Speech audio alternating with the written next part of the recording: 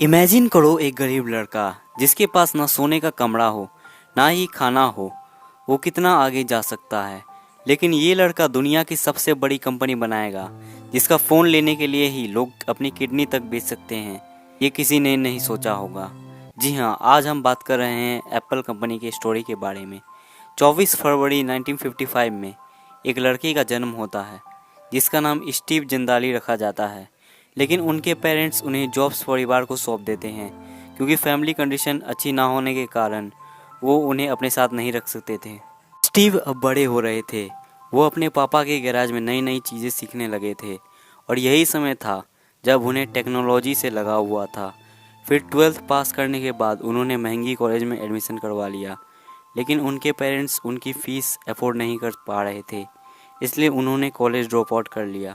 लेकिन उन्हें घर जाकर अपने पेरेंट्स को फेस करने की हिम्मत नहीं हो रही थी, इसलिए उन्होंने अपने दोस्त के कमरे में रुकने का फ़ैसला लिया। वो अपने दोस्तों के कमरे में नीचे ही सोते थे। कभी कभी तो एक टाइम का खाना भी नसीब नहीं होता था उन्हें, इसलिए वो कोका कोला की खाली बोतल बाज़ार में बेचकर नाश्ते का खर्च निकालते थे। सभी दोस्त उनका मजाक उड़ाते थे। कभी कभी वो कृष्ण मंदिर जाते थे पेट भर खाने के लिए। वहाँ एक संत ने उन्हें नीम करोली बाबा के बारे में बताया, लेकिन स्टीव जॉब्स ने उनकी बात को मजाक में लेकर वहाँ से निकल गए। फिर उन्हें एक गेमिंग कंपनी में जॉब मिल जाती है। फिर उन्होंने सोचा कि एक बार इंडिया जाकर आना चाहिए। फाइनली वो सारी सेविंग्स लगाकर इंडिया पहुँच जाते हैं और बाबा नीम करोली के आश्रम आते हैं। फिर उन्हें बौद्ध भिक्षु दिखते हैं जो काफ़ी खुश थे। वो इनसे काफ़ी इम्प्रेस हो जाते हैं और जैन बुद्धिज़्म को प्रैक्टिस करने लगते हैं। 7 महीने वो इंडिया में ही रहते हैं बौद्ध भिक्षु बनकर। फाइनली वो यूएसए वापस जाते हैं और स्टीव वॉजनियक के साथ दोस्ती करते हैं और अपने गैराज में एक कंपनी खोलते हैं।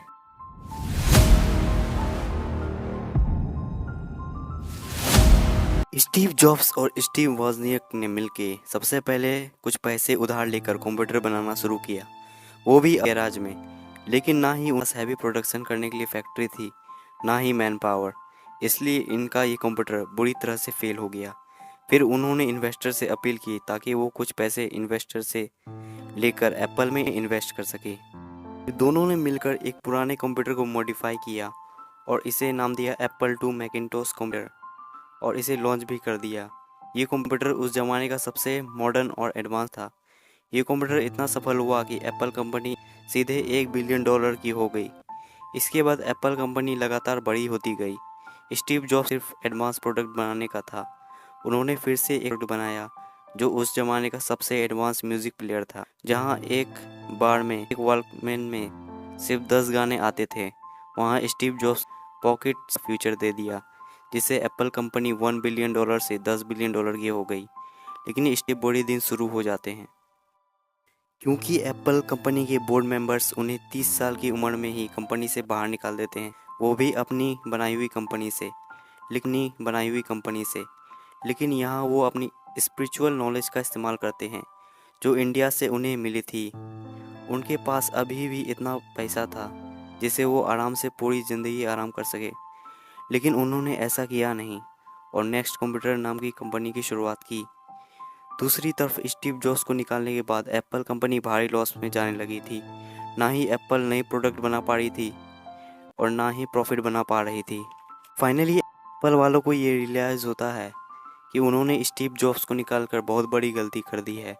फाइनली वो लोग स्टीव जॉब्स को मना लेते हैं कि वो एप्पल कंपनी में वापस आ जाए। स्टीव भी उनकी बात को मान लेते हैं और एप्पल आने के बाद वो हफ्ते में 7 दिन काम कर रहे थे और फाइनली उनको आइडिया आता है कि फ़ोन बनाने का, जिसमें कॉलिंग भी हो, कैमरा भी हो, म्यूज़िक प्लेयर भी हो। और फाइनली स्टीव जॉब्स ने 2007 में आईफोन बनाकर लॉन्च कर दिया, जो दुनिया की पहली advance screen touch mobile phone थी।